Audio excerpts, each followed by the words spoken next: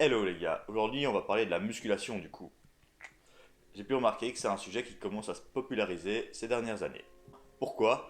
Parce que notre société devient de plus en plus sédentaire, les gens sont de plus en plus assis devant leur bureau en train de regarder leur écran, ce qui amène des coups pas très mobiles, pas très fonctionnels, et en plus de ça, avec l'essor du fitness, les gens se mettent de plus en plus au sport et réalisent parfois des exercices assez dangereux dans des mauvaises positions par manque de guidance. Également, certains veulent juste avoir un cou plus musclé. On sait que la musculation amène pas mal de blessures au niveau des cervicales. Certains exercices sont réputés dangereux et il suffit de regarder autour de vous, les gens qui font de la musculation ont souvent des douleurs à ce niveau-là, sur les forums, etc. On peut voir qu'il y a pas mal de blessures. En calisthenics, nous allons le voir, il y a pas mal de mouvements que je trouve assez dangereux, donc je trouve ça assez pertinent de parler de ce sujet pour notre pratique du calisthenics, si vous voulez performer dans ce sport et éviter de vous blesser. Nous allons voir quels sont les mouvements qui sont dangereux en calisthenics. Tout simplement les mouvements de skill, les figures, les mouvements plus compliqués. Par exemple, lorsque vous allez faire un front lever, vous allez vouloir mettre votre tête en hyper extension pour diminuer le bras de levier, augmenter votre poids du côté facile et donc va faciliter la figure. Mais vous risquez de vous faire assez mal à force de le faire sur le long terme. Je parle d'expérience personnelle, je me suis déjà fait un énorme torticolis en faisant un superset entre front lever et puis planche avec les deux mouvements en hyper extension. De même, les mouvements plus basiques comme les tractions, souvent quand vous allez à l'échec, que vos séries sont difficiles ou que vous mettez très lourd, vous avez tendance à essayer de passer le menton juste au-dessus de la barre en grattant les derniers degrés, ce qui n'est pas optimal. Même chose pour les dips, par exemple vous allez vouloir remonter assez vite en hyper extension. Également les mouvements bras au-dessus de la tête peuvent être traumatisants.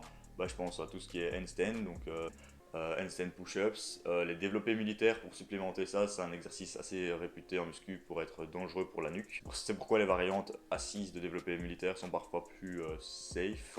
Et également tous les exercices pour les abdominaux, donc tout ce qui est hollow body, un peu les abdos assez rudes en calisthenics, en gymnastique. Les crunchs basiques, même mal exécutés avec de la fatigue, peuvent amener certaines compensations au niveau de la tête et donc on risque de vite se blesser. On comprend donc qu'une accumulation de ces facteurs peut amener à engendrer des blessures au niveau des cervicales. Donc une accumulation de mauvaise exécution, une accumulation de mauvaise posture. On a donc deux solutions qui s'offrent à nous. La première, tout simplement de corriger notre posture au quotidien, c'est de bouger régulièrement, de prendre conscience de cette mauvaise position. Ensuite, vous pouvez aussi également améliorer votre technique d'exécution, donc tout simplement en y pensant, en essayant de rentrer le menton sur les exercices, de garder la tête neutre, fixer un repère visuel, par exemple sur vos dips, essayez de fixer plus un angle en 45 degrés et de rester dans cette position-là plutôt que d'aller chercher et de regarder le ciel. Donc parfois juste diminuer l'intensité de l'exercice et le rendre un petit peu plus facile va vachement vous aider. Donc si vous faites du full front lever, passez peut-être en advanced tuck ou en straddle, ça va peut-être vous aider à regarder devant vous, essayer de regarder vos pieds par exemple en front lever. La deuxième solution, ça va être de se muscler le cou. On sait en général que quand on a une blessure, une gêne à une articulation, à un endroit, la meilleure chose à faire est de se muscler ce qu'il y a autour. Et donc par conséquent le cou. Comment faire? Il y a plusieurs manières. Je vais vous présenter un ordre type pour bien faire les choses.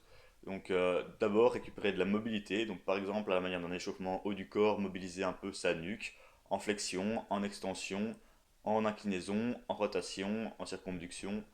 Donc voilà, il y a pas mal de manières de bouger un petit peu sa nuque, ça peut servir d'échauffement, faire pas mal de répétitions, on peut les faire avec une grande fréquence. Ensuite, on peut passer à un exercice plus spécifique de renforcement, donc du gainage en isométrique de nuque. Donc vous allez juste lutter contre la gravité et essayer de faire un double menton. Même chose en inclinaison.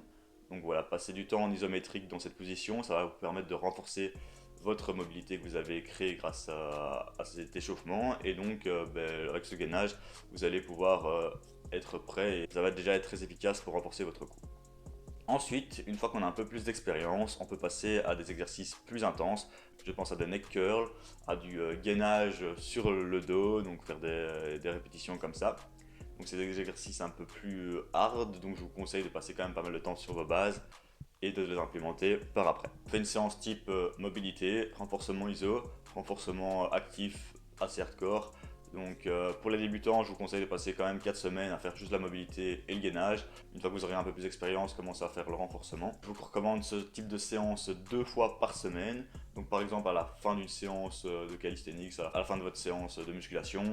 Et rien que ça, 2 fois par semaine, même juste le gainage, bah, ça va déjà vous aider vachement si vous avez des douleurs. Et si vous n'en avez pas, bah, vous allez quand même prévenir les blessures, donc je vous conseille quand même de le faire. Commencez par seulement 2-3 séries et augmentez le volume progressivement.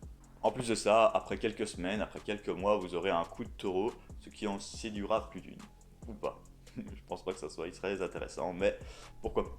Mais au moins, vous ne deviendrez pas tétraplégique, ce qui est le principal. J'espère que cette vidéo vous aura plu. Pensez à vous abonner, partager, liker. Si vous avez des blessures à la nuque et que ça vous a aidé, dites-le moi dans les commentaires. Mettez-vous-y directement parce que ça va vraiment vous soulager. Je parle d'expérience là-dedans. Donc c'était 012 Workout, on se retrouve pour une prochaine vidéo. Ciao les gars.